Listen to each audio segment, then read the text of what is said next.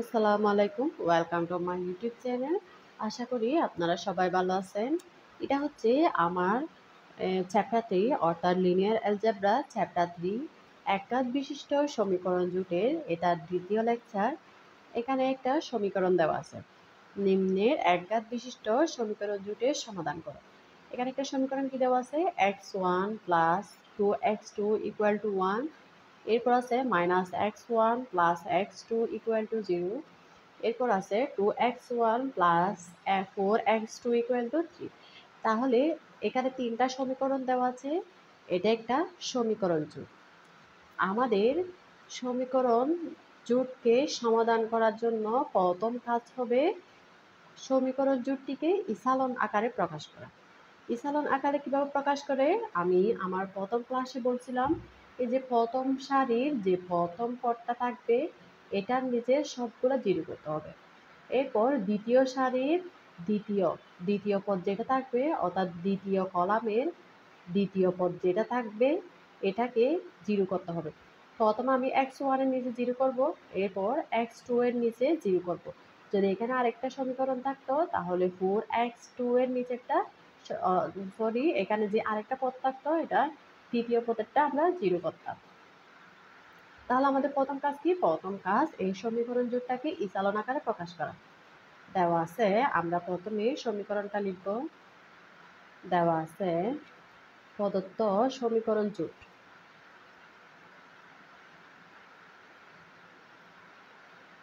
সমীকরণ জোট কি দেওয়া আছে, x1 plus 2x2 equal to 1 minus x1 plus x2 equal to 0, 2x1 plus 4x2 equal to 3। এটা একটা সমীকরণ জোট। এখন আমরা ইচালন আকারে প্রকাশ করব। ইচালন আকারে প্রকাশ করার জন্য আমাদের প্রথমে এটাকে জিরো করতে হবে, অর্থাৎ x1 এর নিচের থেকে জিরো করতে হবে। আমরা যদি একটু চিন্তা করি x1 এর নিচেরটাকে আমরা কিভাবে জিরো করব, আমরা যদি x1 থেকে y1 অর্থাৎ প্রথম লাইন, আমি একটু এখানে রাফ করে দেখাই। এখানে দ্বিতীয় লাইন কি, দ্বিতীয় লাইনে আছে মাইনাস x1। দ্বিতীয় লাইনের সাথে যদি আমি প্রথম লাইন যোগ করি অর্থাৎ x1 যোগ করি তাহলে জিরো হচ্ছে না।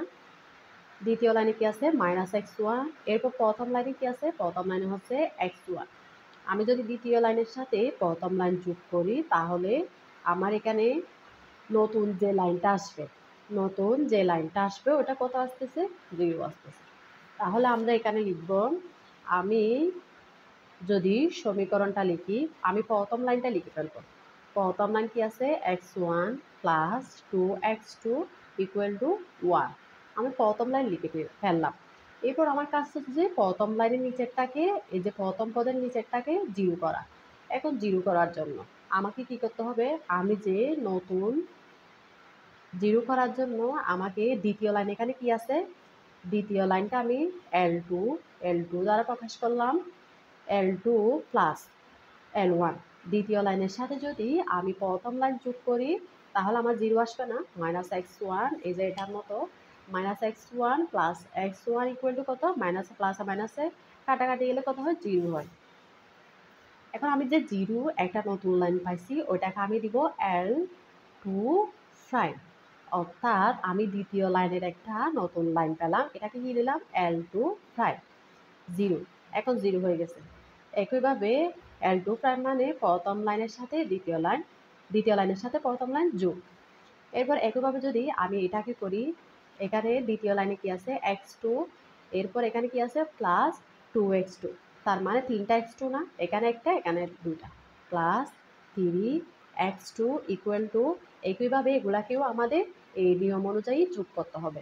এখানে 0 আর এখানে 1, তার মানে দ্বিতীয় লাইনে L2 সমান কত, 0, আর L1 সমান কি 1, ইকুয়াল টু 1। এরপর আমি একটা ইজ সিমিলার টু, তার মানে এটা সিমিলার, এক লাইন থেকে আমি আরেক লাইনে যাওয়ার জন্য আমি এই চিহ্নটা দেব। এবার আমার কাজ হচ্ছে যে এটাকে জিরো করা। এই যে এ বাকিগুলা যেরকম হবে হোক, আমার প্রথম টার্গেট হচ্ছে আমাকে এটাকে জিরো করতে হবে, সামনেরটাকে জিরো করতে হবে।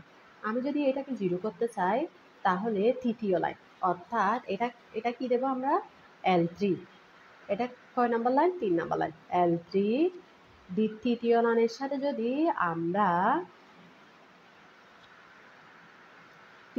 সাথে যদি আমরা প্রথম লাইন বিয়োগ করি, অর্থাৎ L1 বিয়োগ করি, L3 সমান কত? L3 সমান হচ্ছে 2x1 মাইনাস L1 সমান কত? L1 সমান হচ্ছে x1। তাহলে তো এখানে আরো একটা x1 বাকি থেকে যাচ্ছে, অর্থাৎ এটার মান 0 হচ্ছে না। তাহলে এটার মান আমাদের 0 করার জন্য আমরা যদি এখানে একটা 2 গুণ করি, অর্থাৎ প্রথম লাইনের সাথে যদি আমরা একটা 2 গুণ করি তাহলে হয়তো হচ্ছে, অর্থাৎ 2x1 মাইনাস 2টা গুণ করলে কত হয়? 2x1 হয় ইকুয়াল টু 0। এখন 0 হচ্ছে। এখন আমরা এই লাইনটা লিখবো L3 প্রাইম মানে এই যে আমি এখানে একটা 0 পেলাম, এই যে নতুন লাইন, এটার জন্য আমি L3 প্রাইম লিখলাম। এটা 0টা আমরা কিভাবে পাইছি? 0টা পাইছি L3 মাইনাস 2L1, অর্থাৎ L3 এর সাথে 2L1 বিয়োগ করলে আমরা কত পাই? 0 পাই। একইভাবে আমরা যদি এটা করি, এখানে আছে কত? L3 সমান কত? 4x2 মাইনাস প্লাসে মাইনাসে মাইনাস হবে 2 দুগুণে, তাহলে L2 এর সাথে কত যোগ, L1 এর সাথে 2 গুণ হবে, অর্থাৎ 2 দুগুণে 4x2।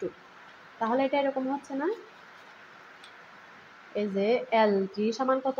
L3 সমান হচ্ছে 4x2 মাইনাস 2 ইন্টু L1 সমান কত? L1 সমান হচ্ছে 2x2 ইকুয়াল টু। একইভাবে এই নিয়ম অনুযায়ী আমাদের সমানের ডান পাশেগুলোকেও যোগ বিয়োগ করতে হবে। তাহলে এটা হচ্ছে 3, L3 সমান কত? L3 সমান হচ্ছে 3, আর L1 সমান কত? L1 সমান হচ্ছে 1, তার সাথে কত গুণ আছে? 2 মাইনাস 2। সুতরাং এটা 4x2 minus 4x2 equal to কত? 1। সুতরাং 0 ইকুয়াল টু কত পাইছি আমরা? 0 ইকুয়াল টু কত পাইছি? 1। এখন এটা আমরা এখানে বসাই দেব, অর্থাৎ L3 সমান এখানে কত? L3 সমান হচ্ছে 4x2 মাইনাস, এখানে মাইনাস আছে এখানে প্লাস আছে, তার মানে প্লাস আর মাইনাসে মাইনাস হয়ে যাবে। এরপর 2 দুগুণে 4x2, 4x2 চলে গেলে কত হয়? 0 হয়ে যায়।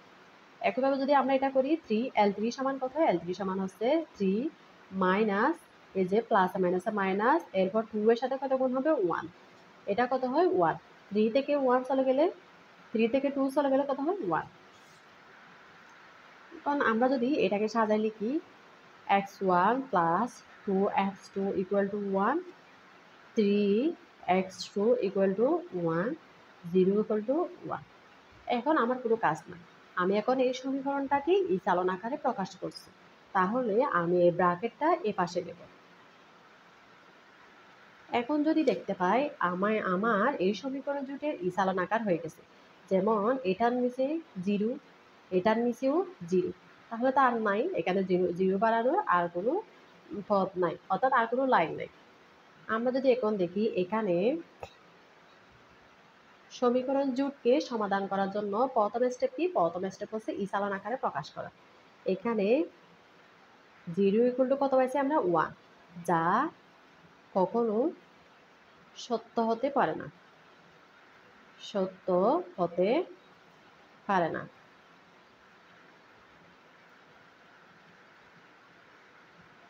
এবং ইহা অসঙ্গত।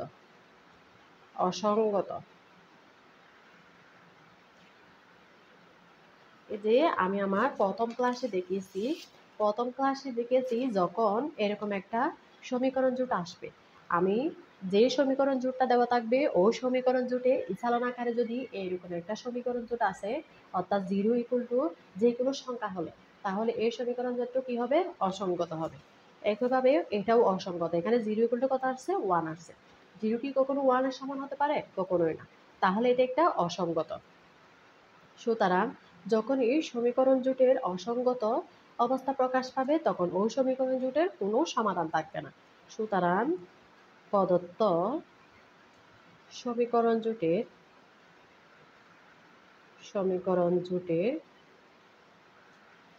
কোনো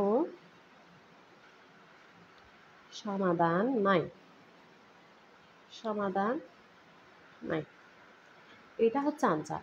আমাদেরকে একটা সমীকরণ জোট দেওয়া আছে, এই সমীকরণ জোটটার সমাধান নির্ণয় করতে বলছে। তাহলে প্রথম আমাদের কাজ হচ্ছে কি, সমীকরণ জোটটাকে ইসালন আকারে প্রকাশ করা।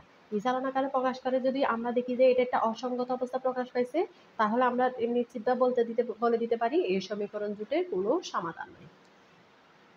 আমার ক্লাসটি যদি আপনাদের ভালো লেগে থাকে তাহলে অবশ্যই নতুন নতুন ভিডিও পেতে আমার চ্যানেলটি সাবস্ক্রাইব করবেন। ধন্যবাদ সবাইকে। আসসালামু আলাইকুম।